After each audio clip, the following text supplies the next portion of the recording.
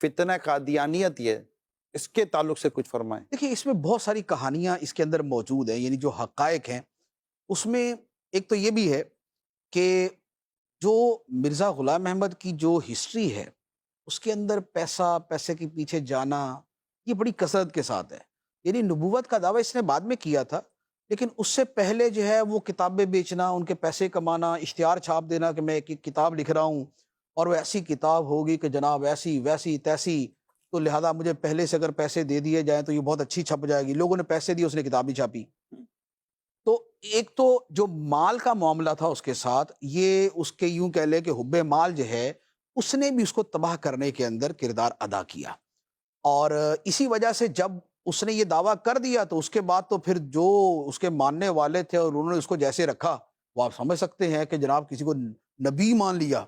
تو اب اس کے بعد اس کے لیے کیا کیا نہیں کریں گے وہ۔ تو اب یہ جو اس کا وہ مالی معاملہ تھا وہ بڑا یعنی اس کے اعتبار سے بڑے شاندار طریقے سے حل ہو گیا۔ ایک تو یہ ہوا۔ دوسرے نمبر پہ مرزا کے ساتھ لٹرلی مرگی کا پرابلم تھا، اس کو دورے پڑتے تھے، اور یہ خود اس کے جو ماننے والے ہیں انہوں نے اس کی حالات زندگی کے اندر یہ بات لکھی ہوئی ہے کہ حضرت جی کو جو ہے وہ دورہ پڑا، اور اب وہ جو دورے پڑتے تھے تو پھر جو اس کے اثرات اور جو چیزیں ہوتی ہیں وہ ساری کی ساری اس پہ واقع ہو گئیں۔ اچھا، تیسرے نمبر پہ یہ ہوا کہ وہ زمانہ، یہ زمانہ وہ تھا کہ جس کے اندر جو ہمارے ہندوستان کے قابضین تھے ان کو ضرورت تھی خود مسلمانوں کی طاقت کو منتشر کرنے کی، اور اس سے اچھا مہرا کوئی نہیں۔ کیونکہ اس نے کیا کیا، اس نے ایک تو حکومت وقت سے وفاداری کے جو ہے وہ کتابیں جاری کی، دوسرے نمبر پہ اس نے کہا کہ ان کے خلاف مقابلے بازی کرنا یہ سب ناجائز ہے، سب حرام ہے، ہم ان کے مطیع و فرما بردار اور ان کے بڑے جو ہے نا وہ وفادار بن کے رہیں گے۔ اب اس سے بڑھ کے اور بندہ کیا چاہیے تھا ان کو؟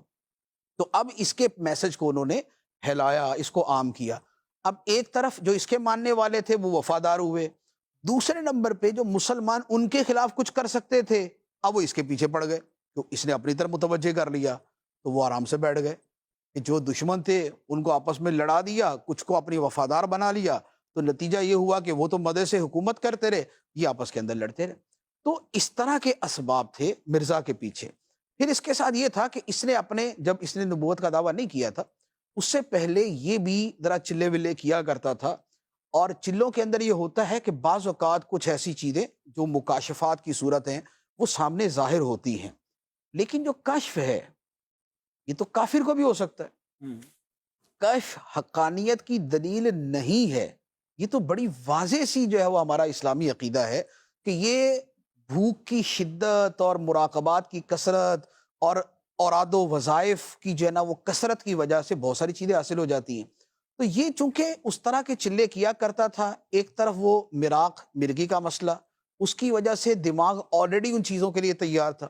ادھر جو اس کے چلے تھے اس نے اس کو ساتھ جوڑ دیا، تو اب نتیجہ یہ ہوا کہ اس کو کچھ نہ کچھ کو رنگ برنگی چیزیں نظر آئیں، اور اس نے اس کو جمع کر کے پھر ایک نبوت کی اپنی بلڈنگ جو ہے وہ تعمیر کر لی۔ تو یہ اس کا میٹر ہوا۔